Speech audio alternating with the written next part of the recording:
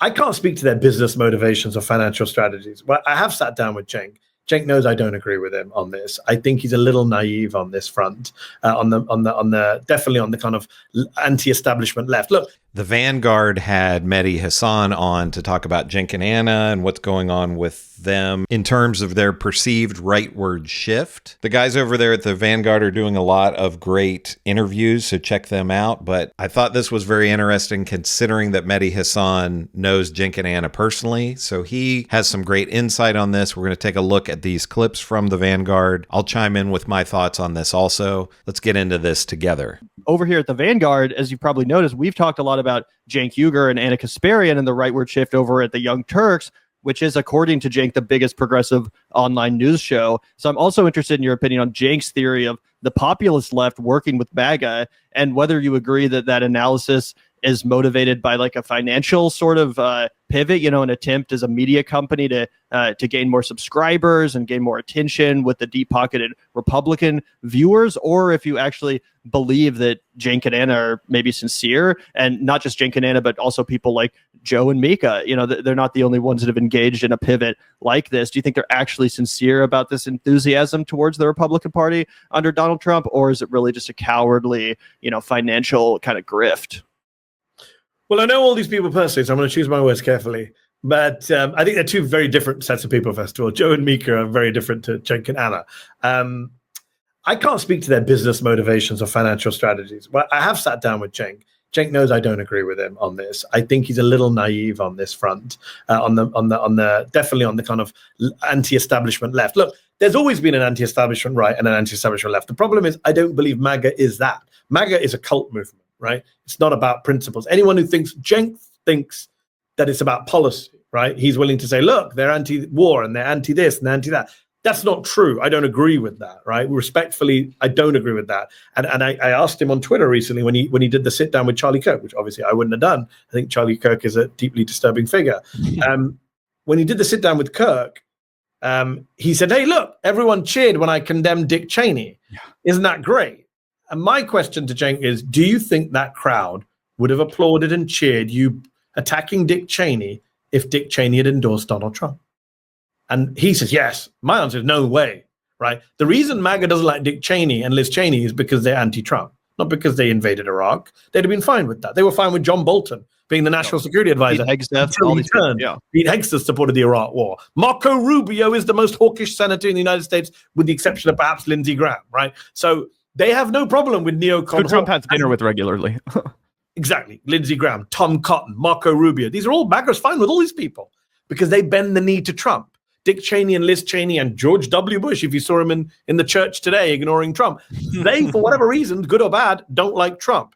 Now, we can argue to the end of days, is Liz Cheney's opposition to Trump principled or not principled? I really don't care. The point is they did have very consistent, very genuine, very real opposition to Trump.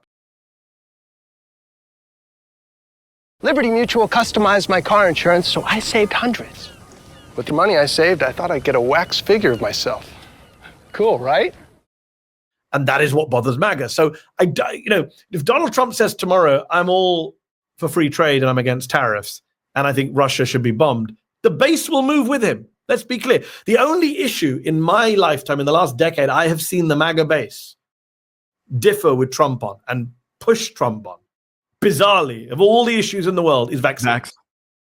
Right? Vaccines. When he tried to brag about doing Operation Warp Speed, they booed and he stopped, and you never heard Trump brag about vaccines again. Right? But on every other issue, he has them in the palm of his hand. If he switches his policy position tomorrow, they will go with it. If he switches tomorrow to being a traditional Republican, saying Vladimir Putin's a threat to America, we need to take a build-up defense, they will follow him. I assure you. Maybe they'll be. Mehdi Hasan is exactly right about this. I've said for a long time that I wish that Trump would just troll his base and come out and say, hey, I want to just announce that my next cabinet pick is Hillary Clinton because nobody knows more about her, about Washington, and she's been in the White House and blah, blah, blah, and she's a great friend of mine. I was at her daughter's wedding, and they would all just kind of look at each other and say, well, I guess we like Hillary Clinton now. I mean, it's as simple as that. And the idea that Cenk keeps talking about how they're anti-war. They're just anti the war in Ukraine. That's all it is. And if Trump comes out, like Mehdi Hasan is saying here, if Trump on January 20th says, we got to increase funding for Ukraine so they can fight off Russia, MAGA's all going to fall in line. As he says, it is a cult, and they only dislike these figures like Dick Cheney and George Bush because they're anti-Trump. George Bush doesn't like him because his brother Jeb was next in line to be the president. That's what the Republican establishment was pushing for at that time, and they raised $200 or $250 million, and then he fell flat. Trump made fun of him, called him low-energy Jeb, and that was the end of him. So George Bush hates him because of that. They don't like Trump because they were the establishment, and now Trump is the establishment. Trump is the Republican Party, and the Republican Party is Trump, or probably a better way to put it is the Republican Party is MAGA. So they're all going to just fall in line for whatever Donald Trump says. It doesn't matter what the policy is or what they believed yesterday. They'll turn on a dime to believe something that is completely the opposite of what they believed yesterday because Donald Trump tells them to. There'll be a few here and there, a Tucker Carlson, whatever, who dissents, but the base as a whole follows. It's a cult. So this is the problem with the Cenk theory that you can ally with them. Well, first of all, you have to ignore all their racism. That's a problem. So, when Cenk sits down with Charlie Kirk, my issue with that is Charlie Kirk wants to have me deported from the US. He said so. He said I should be deported. So how am I supposed to have a policy debate with that person? Right? You have to ignore the vast racism and bigotry on that side of the aisle, which I refuse to ignore. And number two, you have to accept that they're not good faith actors, right? They're just following the Trump cult. Remember, what was the Republican platform in 2024? Whatever Donald Trump says, we don't have a party platform, right? That's not people I think you can do business with. As for Joe and Mika, I don't know. They have, they used to be friendly with Trump. Then they were anti-Trump consistently during his presidency. They were very vocal. I went on Morning Joe. He and I both agreed about the fascistic threat posed by Donald Trump. They still say, they would argue that they're still going to hold him to account and they're still doing critical segments, but they wanted to have a line of communication. Look, Brian Stelter reported that they felt threatened. I don't know the details of that, but let's be clear. This isn't about Joe and Mika or Cenk and Ana. This is actually about the US media as a whole being bullied and browbeaten and intimidated by Donald Trump and the Republicans. I was just on Piers Morgan's show, and he and I had a back and forth about the free press. He's supposed to be the uncensored guy. And I put him on the spot. I said, do you support Donald Trump's lawsuits against CBS News, against a pollster in Iowa he doesn't like? He's suing Ann Seltzer, right? Seltzer, this is insane. Right, the pressure on the media is intense, and the billionaires who control much of our media are already bowing the knee. Look at Mark Zuckerberg, one of the most shameless performances of sycophancy I've ever seen in my life. I'm moving the moderators to Texas where it'll be less biased. I'm getting rid of fact checking. I'm putting I'm putting Dana White on my board. I'm making Joel Kaplan a former White House guy. Yeah, I'm putting Joel Kaplan, a former White House guy, in charge of global affairs and sacking the liberal Democrat Nick Clegg, who I used to have in that position. They're just shameless. Jeff Bezos. I'm going to give $40 million to license Melania's documentary. This is insane rolling over. And again, I don't want to depress your audience too much and say the hope is gone, but I run a small media company, Zatea, right? It's a small startup. And I just think to myself, if Jeff Bezos and Mark Zuckerberg, some of the richest, most powerful people in human history, right? If they're rolling over for Trump, what hope is there for the rest of us? Like that's worrying. That what's Mark Zuckerberg's lawyers telling him? Are they telling him, Mark? Well, I feel like those people. I feel like the difference though is that those people, they're just trying to make money. Like Jeff Bezos or Mark Zuckerberg. They don't. But that's really the best case scenario. Isn't that ironic? That's the best case scenario, that they're just capitalists trying to make money. What if it's worse than that? What if Zuckerberg privately believes his lawyers tell him, Trump, when he says he's going to lock you up, he's going to lock you up. They're going to find a way to imprison you, like Putin and the oligarch. What if he believes that stuff, right?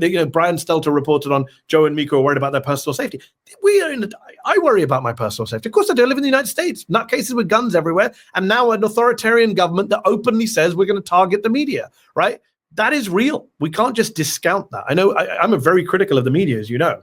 But on the one hand, I will accept that there is a genuine threat to journalists. People want to poo-poo it. They can poo-poo it. But we're in a new world right now.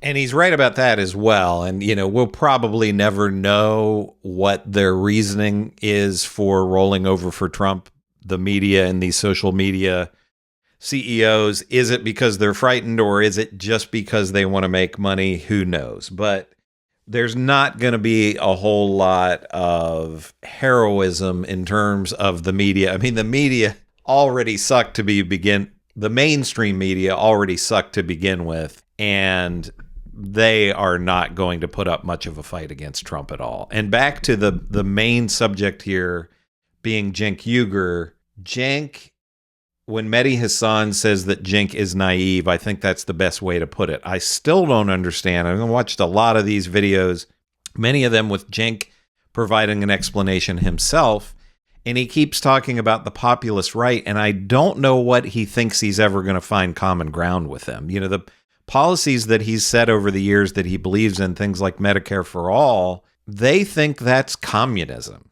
So they're never going to go along with you on that. And the idea of fighting against the rich and the powerful, they only want to fight against the rich and the powerful who are on the left. So the boogeymen to them, like George Soros, they're not ever going to fight against the boogeymen on the right, like Elon Musk, because they think they're great. So ideas like raising taxes on the rich, they're going to say that's communism. So Cenk is naive.